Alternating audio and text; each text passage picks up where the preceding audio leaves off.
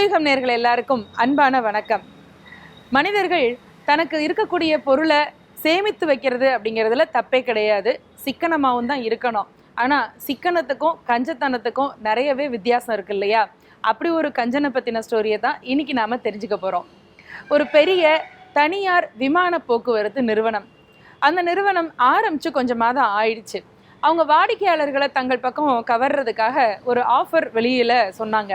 என்னென்னா, அந்த விமானத்தினுடைய குட்டி ஃப்ளைட் இருக்கும் இல்லையா, அது வந்து ரொம்ப ப்ரீமியமாக கண்டுபிடிக்கப்பட்ட ஒரு பிரத்யேகமான ஃப்ளைட்டு. இந்த ஃப்ளைட்டில் வரக்கூடிய பயணிகள் யாரெல்லாம் விருப்பம் இருக்கோ அவங்க பேரை கொடுத்துட்டாங்கன்னா அதில் ஒரு 2 மணி நேரம் வரைக்கும் அப்படியே வட்டமிடுறதுக்கான பர்மிஷன் உண்டு.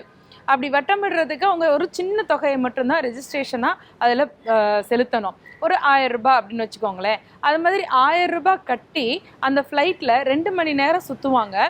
சுற்றி முடிச்சதுக்கப்புறமா அந்த ஃப்ளைட்டில் யார் கடைசி வரைக்கும் பயப்படாமல் இருக்காங்களோ அவங்களுக்கு ₹1,00,000 ப்ரைஸு.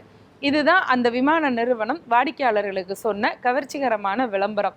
இதை கேட்ட பல பேரும் 1000 ரூபாயை கட்டிட்டு அதுலேருந்து ₹1,00,000 சம்பாதிச்சிடணும் அப்படின்னு வந்தாங்க. சில நாட்கள் அந்த போட்டி நடந்துக்கிட்டே இருந்தது. வந்தவங்கெல்லாம் ஆவுன்னு கத்தி கதறி எங்களை ஆளை விடுங்க அப்படின்னு ஃப்ளைட்டை பாதியிலே இறக்க சொல்லி வெளியில் ஓடி வந்துட்டாங்க. ஏன்னா அந்த ஃப்ளைட்டை ஓட்டுன அந்த பைலட்டு அவ்வளோ ஒரு பெரிய திறமைசாலி. அந்த ஃப்ளைட்டை தலைகுப்புற சுற்றுறதும் பண்ணுறதும் இப்படி பண்ணிக்கிட்டே இருந்தார். அதனால் ஒவ்வொரு பேட்சாக வந்த அந்த பேசஞ்சர்ஸில் யாருமே ₹1,00,000 ஜெயிக்கவே இல்லை. ஏதாவது ஒரு இடத்துல கண்டிப்பாக யாராவது ஒருத்தராவது கத்தி தான் ஆவாங்க. அப்படி இருக்கிறதுனால யாருக்குமே ப்ரைஸ் கொடுக்க வேணாம் இல்லை. இந்த விமான நிறுவனத்துக்கு நல்ல லாபம். ஏன்னா பாதியிலே எல்லாரும் போயிட்டு வந்துடுறதுனால 1000 ரூபாயா சேர்த்து அதில் ஒரு பெரிய அமௌண்ட்டு பார்க்க ஆரம்பிச்சிட்டாங்க. இப்படி கொஞ்ச நாள் போயிட்டே இருந்துச்சு. இந்த விமான நிலையத்தினுடைய இந்த போக்குவரத்து நிறுவனத்தினுடைய விளம்பரத்தை பார்த்துட்டு ஒருத்தர் வந்தார். அவர் உலக மகா கஞ்சன். ஆனால் அவருக்கு ஃப்ளைட்டில் பறக்கணும்னு ஆசை. கூட அவர் மனைவியும் வேற வந்திருந்தாங்க. 2 பேரும் வந்து அந்த விளம்பரம் செய்கிறாங்க இல்லையா, அந்த பெண்ணுகள்கிட்ட பேசுகிறாங்க. 1000 ரூபாய் நீங்கள் கட்டினா போதுங்க, ₹1,00,000 உங்களுக்கு ப்ரைஸ் தர்றோம் அப்படின்னு அந்த பொண்ணுங்களும் இவர்கிட்ட கேன்வாஸ் பண்ண ஆரம்பித்தாங்க. அந்த கஞ்சனுக்கு ஆசை வந்துச்சு. 1000 ரூபாய் தானே, ₹1,00,000 திருப்பி நமக்கு வருதே அப்படின்னு நினச்சிட்டு, சரி நான் பரவாயில்ல, நான் இப்போ உங்களுக்கு பணம் கட்டுறேன் அப்படின்னு சொல்லிட்டு 1000 ₹2,000 அவருக்கும் ஒரு மனைவிக்கும் பணத்தை கட்டினாங்க. அன்னைக்குன்னு பார்த்து என்ன ஆயிடுச்சுன்னா, அந்த பேட்சில் வேற எந்த பேசஞ்சர்ஸுமே இல்லை. இந்த கணவனும் மனைவி மட்டுமே தனியாக அந்த விமானத்தில் ஏறுறாங்க. பைலட்டு வந்தார். ஓஹோ, நீங்கள் 2 பேர் மட்டும்தான் என்ன இன்னைக்கு அப்படின்னு யோசிச்சுட்டு, ரைட்டு அவ்வளோதானே, நிறையா பேர் இருந்தாலே கத்தி கூப்பாடு போட்டுடுறாங்க, 2 பேர் தனியாக வேற மாட்டுறாங்க, ஃப்ளைட்டை ஆரம்பித்து கிளம்பின 5வது நிமிஷம் இவனை கத்த வைக்கிறேன் பாரு அப்படின்னு முடிவு பண்ணார் அந்த பைலட்டு.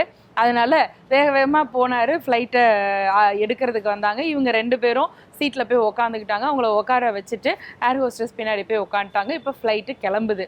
கிளம்பின போதே விருன்னு நேராக செங்குத்தாக எடுக்கிறாரு. இப்படி போகிறாரு, அப்படி போகிறாரு, வளையிறாரு. 1/2 மணி நேரம் ஆகுது, 1 மணி நேரம் ஆகுது, 1.5 மணி நேரம் ஆகுது. இந்த 2 பேர்கிட்ட இருந்து ஒரு மூச்சும் இல்லை, ஒரு சத்தமும் இல்லை. பைலட்டுக்கு இப்போ ரொம்ப அதிர்ச்சியாக போச்சு. யாரா அவன், எங்கேருந்து வந்தான், எப்பேற்பட்ட ஆள்லாம் ஃப்ளைட்டை நான் எடுத்த 10வது நிமிஷத்தில் அலறி நான் பார்த்துருக்கேன், இவ்வளோ நேரம் ஆகியும் சத்தம் இல்லாமல் புருஷனும் முண்டாட்டி இருக்காங்களே அப்படின்னு 2 மணி நேரத்துக்கு பதிலாக 2.5 மணி நேரம் வரைக்கும் வானத்தில் வட்டம்லாம் விட்டுட்டு திரும்ப வந்து லேண்ட் பண்ணிட்டாரு ஃப்ளைட்டை. இறங்கி வந்து அப்படியே அந்த கணவரை கட்டி பிடிச்சி கை கொடுத்து, உங்களை மாதிரி வீராதி வீரனை நான் பார்த்ததே கிடையாது, இப்படி சாகசமாக நான் ஃப்ளைட்டை ஓட்டின போது கூட நீங்கள் கத்தவே இல்லை, ஒரு சத்தமும் கொடுக்கல, எப்படி உங்களால் தைரியமாக இருக்க முடிஞ்சிச்சு அப்படின்னு கேட்டபோது அப்போ அந்த மனுஷன் சொன்னான், கத்தணும்னு எனக்கு ஒரு இடத்துல தோணுச்சு தான், ஆனால் அப்பவும் கத்தினோம்னா 1000 ரூபாயும் போயிடும், ₹1,00,000 போயிருமே அப்படின்னு எனக்கு தோணின உடனே பேசாமல் வாய மூடிக்கிட்டேன் அப்படின்னாரு. எப்பயா கத்தணும்னு நினச்சிங்க அப்படின்னு. நீங்கள் பாருங்கள், ஒரு அந்தர்பல்ட்டி அடிச்சிங்களா ஃப்ளைட்டை?